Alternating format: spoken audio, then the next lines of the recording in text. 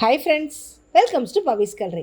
இன்றைக்கி நம்ம பார்க்க போகிறது super singer season 10 radio hits ரவுண்டில் குறுக்கலையாம்பட்டியை சேர்ந்த நம்மளுடைய விஷ்ணு பற்றி தாங்க.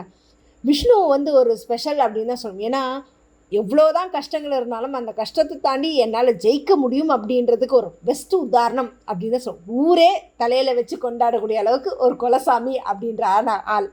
அவர் இந்த ரவுண்டில் அல்டிமேட்டான ஒரு சாங் பாடியிருக்காருங்க. ஏன்னா இந்த பாட்டை அவ்வளோ ஈஸி கிடையாது. நம்மளுடைய இளையராஜா சாருடைய one of the hits collection. அப்படி என்ன பாட்டுன்னு யோசிக்கிறீங்களா? கிழக்கு வாசல் படத்துலேருந்து வீட்டுக்கு வீட்டுக்கு வாசப்படி வேணும். ஏன்னா இதுதான் படத்தோடைய டைட்டில் சாங்குமே. ஏன்னா அந்த காலத்து படத்தெல்லாம் பார்த்திங்கன்னா ஒரு கிராமத்தை சார்ந்த படம். அதுக்கு மியூசிக் அப்படின்றது அந்த கிராம மண்வாசனையோடு இருக்கணும். அதுக்கு பேர் போனவர் நம்மளுடைய இளையராஜா அவர்கள் தான். அவரே தான் இந்த டைட்டில் சாங்கை பாடியும் இருக்கிறாருங்க. இதே படத்தை தெலுங்கில் ரீமேக் பண்ணும்போது நம்மளுடைய எஸ்பிபி சார் அவர்கள் பாடியிருக்காங்க. இந்த படத்துக்கு என்ன ஒரு சில ஸ்பெஷல் அப்படின்னு பார்த்தீங்கன்னாவே, இந்த படத்துக்காக 5 தமிழ்நாடு ஸ்டேட் அவார்ட்ஸ் கிடச்சிருக்காங்க.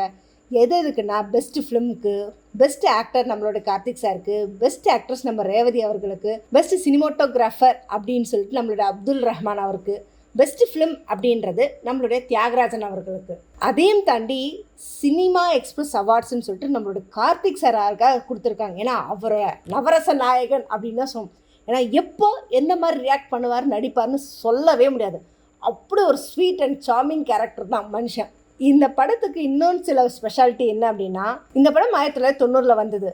ஏன்னா இந்த கதைக்கு இவ்வளோ ஒரு ஹிட் ஆனதுனால இந்த படத்தை 1992 ஹிந்தியில் எடுத்தாங்க.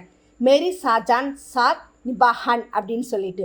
அதே வருஷம் கன்னடத்தில் சிந்தூர திலகா அப்படின்னு எடுத்திருக்காங்க. அதுலேயும் டாப் மோஸ்ட் ஹிட் ஆகிடுச்சு. இது ரெண்டுத்துலேயும் ஹிட் ஆனதுனால அந்த படத்தை 1995 தெலுங்கில் ரீமேக் பண்ணியிருக்காங்க. சிலக்க பச்சா காப்பூரம் அப்படின்னு சொல்லிட்டு. ஏன்னா இந்த 3 லாங்குவேஜ்லேயுமே வந்தது டாப் மோஸ்ட் ஹிட் ஆன விஷயம்தான். ஏன்னா நம்மளுடைய ஸ்டோரியை பேஸ் பண்ணி ஒரு விஷயம் நடக்குது அப்படின்னும் போது நிஜமாக அதுக்கு தமிழ் சினிமாவை சேர்ந்து நம்ம ரொம்பவே பெருமைக்கூட விஷயம். அப்பேற்பட்ட ஒரு படத்தில் இருந்த அந்த பாட்டை தான் இன்றைக்கி நம்மளுடைய விஷ்ணு ஸ்டேஜில் பாடி கோல்டன் பஸ்ஸரே வாங்கியிருக்காங்க. இதில் ஹைலைட் என்ன தெரியுங்களா? நம்மளுடைய சீஃப் கெஸ்ட்டாக அந்த எஸ்.ஏ. ராஜ்குமார் அவர்கள் சொன்னது, இந்த அபிராமி பட்டர் அந்த பாடினதும் அந்த அம்மன் மூக்குத்தி கழுத்தி போட்டதும் அந்த பௌர்ணமி நிலா வந்தது பார்த்தியா, அந்த மாதிரி நீ பாட்டை பாடியே விசிறி போட்டு உன் ஊருக்கு தண்ணியவே வர வச்சுருக்க. அது இருக்கிறது ஒரு பெரிய சாதனையான விஷயம்னு சொல்லிட்டு அவ்வளோ மனமாற பாராட்டியிருக்காங்க. ஏன்னா அவனுடைய பாடல் அவன் ஊரோட தாகத்தையும் தீர்த்து அவனுக்கான தாகத்தையும் இன்னும் முழுசாக தீர்த்துக்கிட்டே இருக்குது.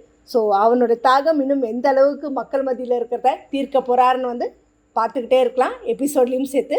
ஸோ இதை பற்றின கமெண்ட்டை கமெண்ட் பாக்ஸில் கொடுங்க. இந்த மாதிரி இன்ட்ரெஸ்டிங்கான அப்டேட்ஸ்க்கு என்னோட சேனலை சப்ஸ்கிரைப் பண்ணிக்கோங்க. பக்கத்தில் இருக்க பெல் ஐக்கானை கிளிக் பண்ணிக்கோங்க, நோட்டிஃபிகேஷன் மிஸ் பண்ணாமல் இருக்கிறதுக்கு.